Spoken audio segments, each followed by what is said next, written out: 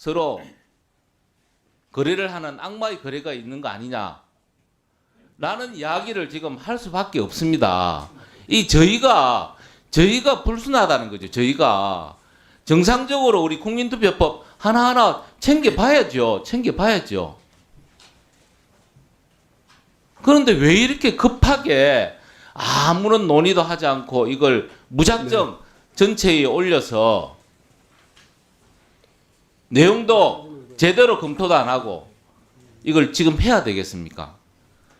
그래서 우리 국민투표법은 아까도 제가 말한 국민투표법 우리 6차례 국민투표를 했습니다. 다 이거는 중요 정책이라기보다는 개헌을 위한 어떤 국민투표를 진행을 했습니다.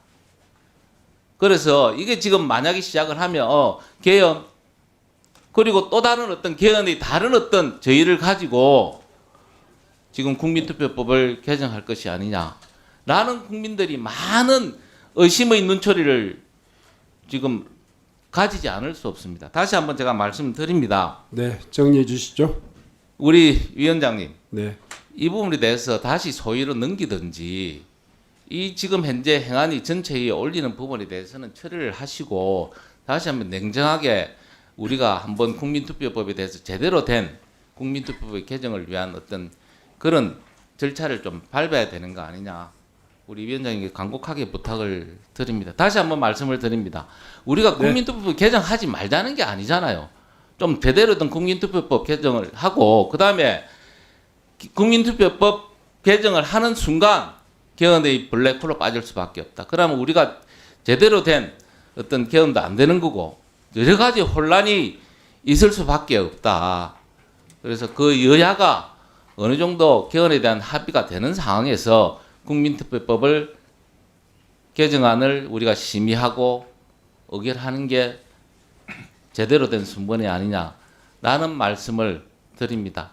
다시 한번 우리 위원장님께서 용단을 내리셔가지고 오늘 이 전체회의에서 국민투표법 개정안을 올리는 부분에 대해서는 처리를 해주십사 부탁을 드립니다. 예, 다음은 윤건영 의원님 발언해 주시기 바랍니다.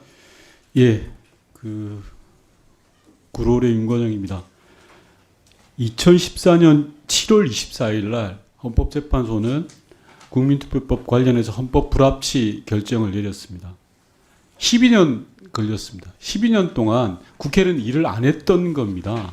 국민투표법에 대해서 헌재가 헌법 불합치 결정을 내린 12년이 지났음에도 그동안 일을 안 하고 있다가 이제 제대로 일을 하려고 하는 겁니다. 생각해 보십시오. 어느 나라가 헌법 불합치된 상황을 12년 동안 두 눈 부릅뜨고 그냥 가만 지켜보고 있습니까? 그런 국회가 일하는 국회 맞습니까?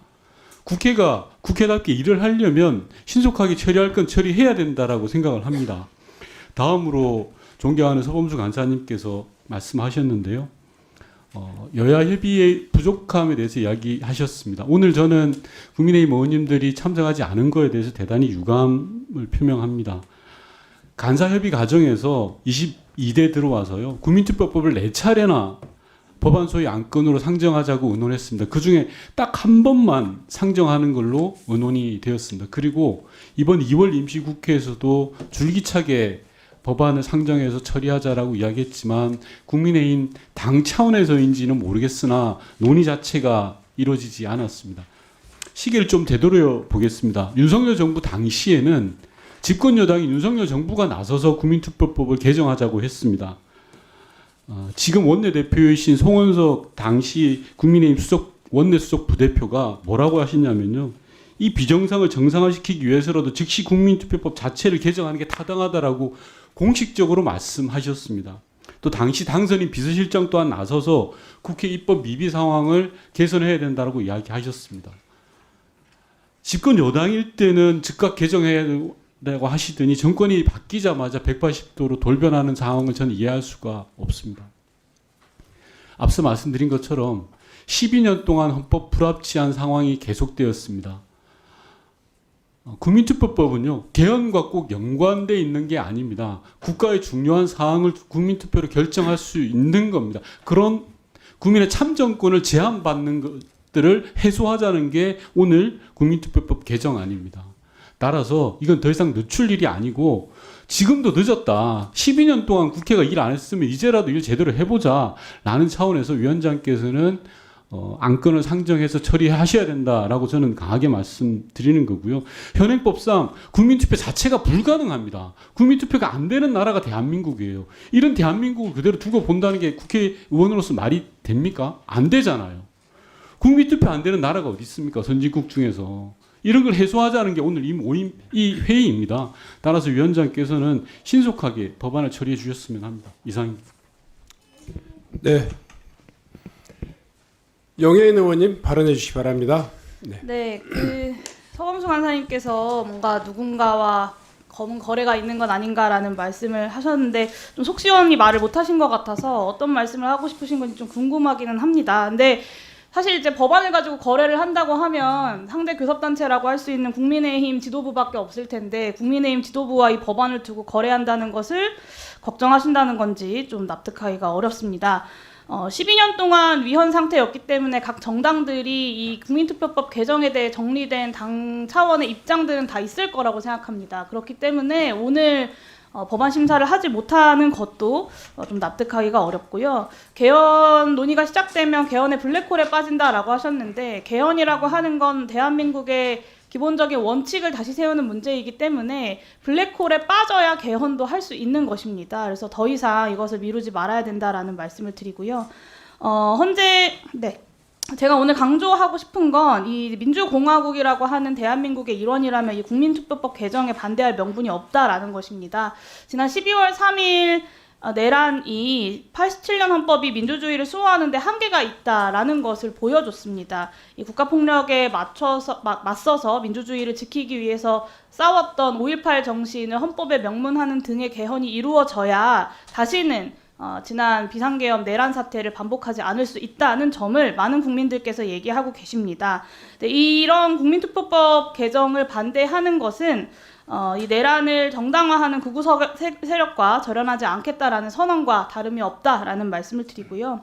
아니면 오늘 안 오신 국민의힘 의원님들께서는 사전투표 용지 위조나 아니면 QR코드 조작, 전산해킹 같은 부정선거 음모론 때문에 법 개정에 동의하지 못하시는 것인지 저는 묻고 싶습니다. 여기에 대해서 명확히 입장을 밝혀주셔야 합니다.